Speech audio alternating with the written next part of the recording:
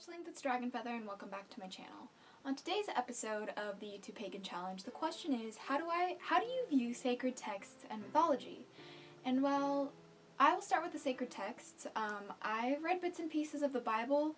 I've never read the Quran, and I honestly don't know about many other sacred texts. It's never really been an interest of mine, though I do feel like there's valuable lessons and information in all of them. Though I do not know very much just because I have never read any of them. But mythology is a really big deal for me, especially Egyptian mythology.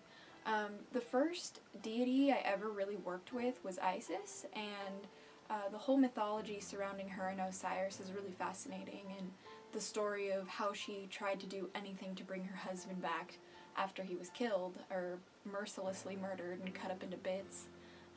But yeah, it's really fascinating. I feel like sometimes mythology can be rather confusing, especially when in most mythology I feel like I know of, it's like brothers and sisters marrying each other, or like brothers and sisters having kids, and it's just it can be confusing to the young mind.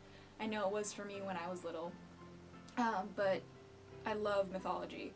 I actually have many books on many different types of mythology just because it's such a fascinating subject to me, and I'm very heavily influenced by Egyptian mythology, and by the mythology of dragons, obviously. And I would have to say that I really like Celtic mythology as well as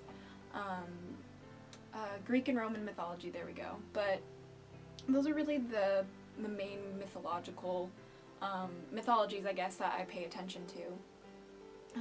For a while I actually did practice Tamaranian Wicca, which is like Egyptian Wicca, and back when I did that I would do my rituals more or less like, I'm not sure if you guys have heard of Pagan Egyptian, but she cuddles, chill, of Pagan Egyptian, but she actually did a lot of Egyptian practices. I don't know if she still does, I'm pretty sure she does, but she talks about how she did Egyptian type rituals, and so when she talked about that I kind of incorporated that into my practice of Wicca back when I was starting out and really just delving into the whole Wicca spirituality type of thing.